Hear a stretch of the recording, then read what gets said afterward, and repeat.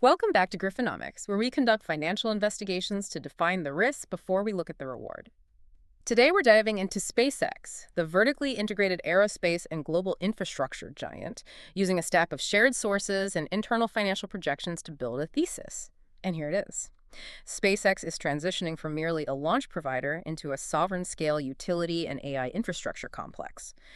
But, and this is a huge but, this historic $1.5 trillion IPO trajectory is increasingly colliding with intense political resistance and antitrust scrutiny over its burgeoning market dominance. That tension is the absolute core of this deep dive, isn't it? When we look at the source material, we have to analyze the fundamental technical prowess, the company's ability to create and execute a near monopoly against the formidable entrenched political friction that ultimately threatens its massive capitalization strategy. It's a classic case of an engineering marvel meeting a deeply complicated political reality. Okay, let's unpack this. Let's start with the financial reality. What's fascinating here is just how quickly the primary revenue driver has shifted. I mean, Falcon 9 rockets are still flying at an absurd clip. We're talking a launch every 2 days on average. An unparalleled rate. But Starlink is undeniably the overwhelming revenue engine today. Exactly. While the launch cadence is unmatched globally, Falcon is on track to launch over 100 times from Florida alone in 2025. It's the connectivity, the subscription model, that drives these staggering financial projections. And what are those projections looking like? The sources confirm a seismic shift. We're seeing Starlink revenue anticipated to hit $15.5 billion in 2025. 15.5, and that's just the start. Just the start. It's projected to climb rapidly to $24 billion by 2026. Those numbers are massive, especially for a firm that, until recently, was really defined by government contracts. So what's the single biggest engine of that growth? It can't just be residential internet anymore. It can't. No. Those projections hinge almost entirely on the infrastructure expansion happening right now, specifically the game-changing wide-scale rollout of direct-to-cell capability. Okay. But you can't do that.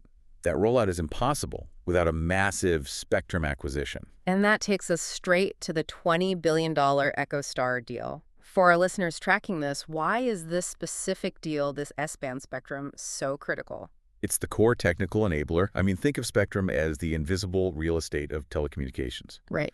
The S-band spectrum from that EchoStar deal. It's the frequency band that allows the satellites to talk directly to existing mobile phones. Standard LTE phones, IoT devices, no new hardware required for the user. It is the unlock for direct-to-cell. So this fundamentally changes Starlink's identity. It pivots from being a niche satellite ISP for rural homes and boats to being a global utility that fundamentally alters the telecommunications landscape. The sources project they will become the largest 4G coverage provider on Earth. Because they're effectively eliminating mobile dead zones globally. And just think about the practical implications of that, of eliminating dead zones on a planetary scale. This affects everything from remote resource extraction, global logistics, to true resilience and disaster relief. And it's not just 4G, right? The tech itself is taking a leap. A huge leap. The next generation of these DTC satellites are driving a capacity explosion. They're using custom SpaceX silicon and these incredibly advanced phased array antennas. Okay. And this system, it's designed to achieve an overall capacity increase of more than 100x the first-generation system. More than 100 times. Which is what allows for full 5G cellular connectivity in partnerships they're already building with global operators, T-Mobile in the US, KDDI in Japan, Rogers in Canada. They're building a cell tower network in the sky, and they own it. And they own the access points. That just paints a picture of complete market dominance, powered by that cash flow we just talked about. But if Starlink revenue pays the bills now, then Starship is the ultimate cost reducer. It's the enabling technology that achieves what the sources call the 100-fold reduction in transport costs to orbit. That kind of deflationary force changes the economics of space entirely. It really does. Starship is the key to achieving that multiplanetary sovereign utility goal. Yeah. That 100-fold cost reduction is only possible through full and rapid reusability. Right. Falcon proved the concept, but Starship has to prove it at an entirely different scale. And the pace they're moving at to get there is just staggering. I saw the numbers. Over 3 dozen Starships and 600 Raptor engines produced so far. But what are the technical prerequisites for their long-term goals? The things we absolutely have to see them pull off in 2026. The sources are really clear on this. This isn't optional testing. These are technical requirements. Okay. We need to see sustained, successful long-duration flight tests and most critically, the successful execution of ship-to-ship propellant transfer. Why is propellant transfer so critical? It sounds, I don't know, like a pretty mundane technical detail. It's anything but mundane. It is the single biggest technological challenge that defines the limit of Starship's deep space utility. I mean, Starship is the essential backbone for NASA's Artemis moon landings. It's the human landing system. Right. A single Starship has a pressurized habitable volume of over 600 cubic meters.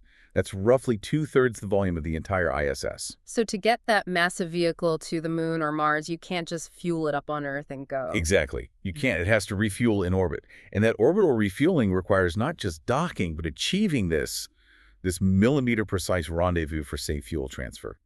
It relies on tech, like the Dragon 9 navigation sensors, which they already proved to the ISS, and updated connection points on their new V3 vehicles.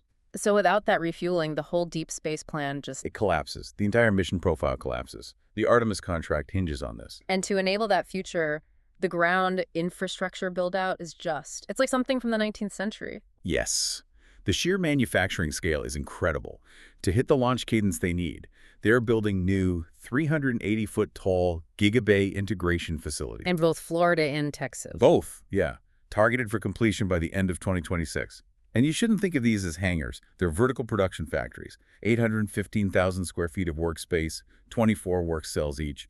It's an assembly line for orbital hardware. This level of integration, from the rocket to the network, it leads us to the most audacious pivot of all, Orbital Intelligence.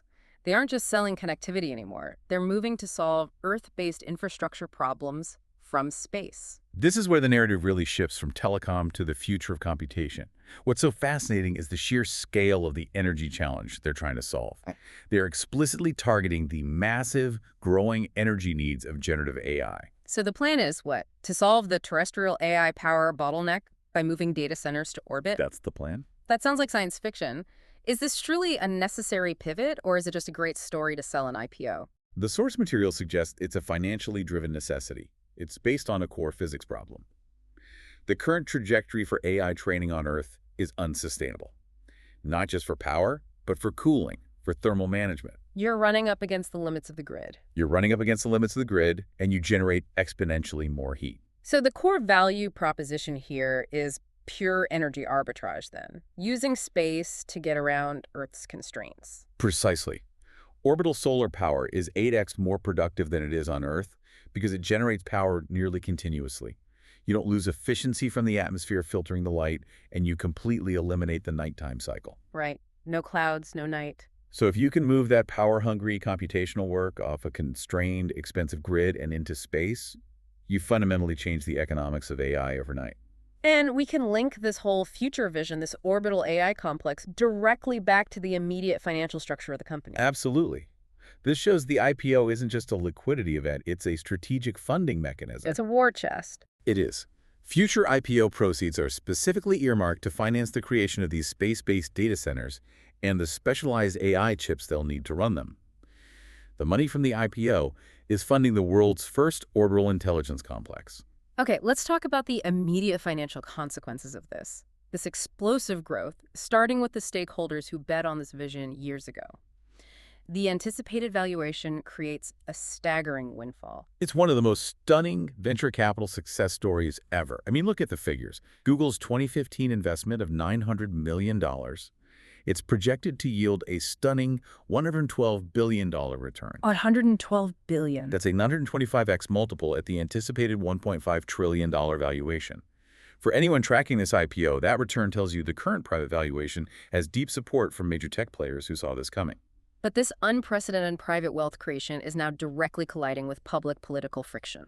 When you build a utility this dominant, you inevitably attract scrutiny, and the political environment is definitely hardening. And this raises a really important question about the price of that dominance. We're seeing major political alarms being raised, notably by key political figures. Yeah. Senator Elizabeth Warren, for instance, explicitly argues the EchoStar deal for the S-band spectrum entrenches a satellite monopoly. And she didn't stop there. She also raised corruption concerns over reported ties between Elon Musk and the Trump administration.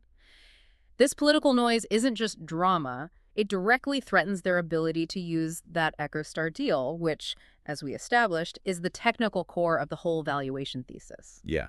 And regardless of the validity of those political claims, the operational reality is that the regulatory environment is creating genuine constraints. It's a constant headwind the company just can't outrun. Can you give us a tangible example of that from the source material? Sure. The sources show the regulatory environment frequently causes severe delays. We're talking more than 2-month delay in critical licensing dates. Yeah. And this is due to what the company itself calls roadblocks that range from frivolous to the patently absurd. And on top of that, the environmental mitigations list at Starbase is over 200 items long. It requires painstaking coordination with the FAA, the military. It's a constant constraint on their speed. So let's wrap this up with the final verdict on the investment case. We have this engineering prowess and unprecedented utility on one side, and political containment and operational reality on the other. If they own the physical infrastructure of the future, does that justify this valuation? We have to assess this using that historical lens, right? The 19th century railroad monopoly analogy.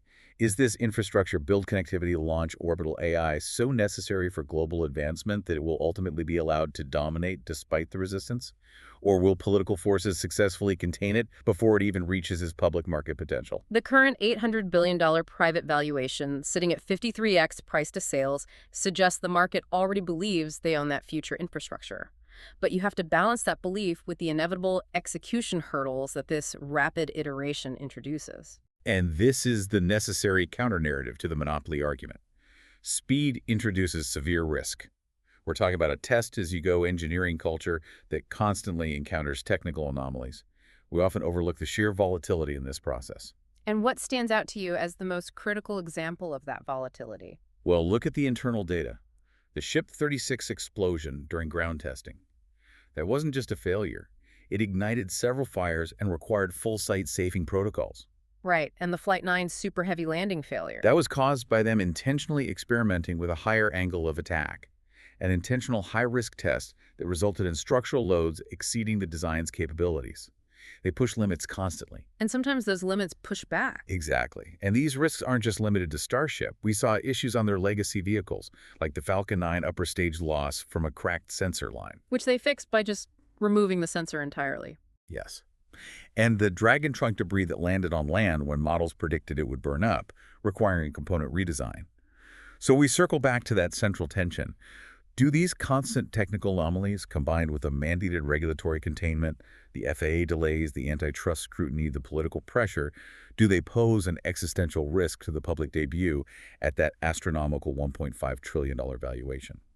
The technological leverage is clear. But the price of building a sovereign utility in this hyper-regulated world may be higher than even the market anticipates. That leaves our listeners with two distinct paths to weigh. Unrestricted dominance leading to a multiplanetary civilization and an orbital AI infrastructure complex, or regulatory capture preventing the public debut at that massive valuation. You must weigh the future technological leverage against the political price of building a sovereign utility. Risk defined. Portfolio protected.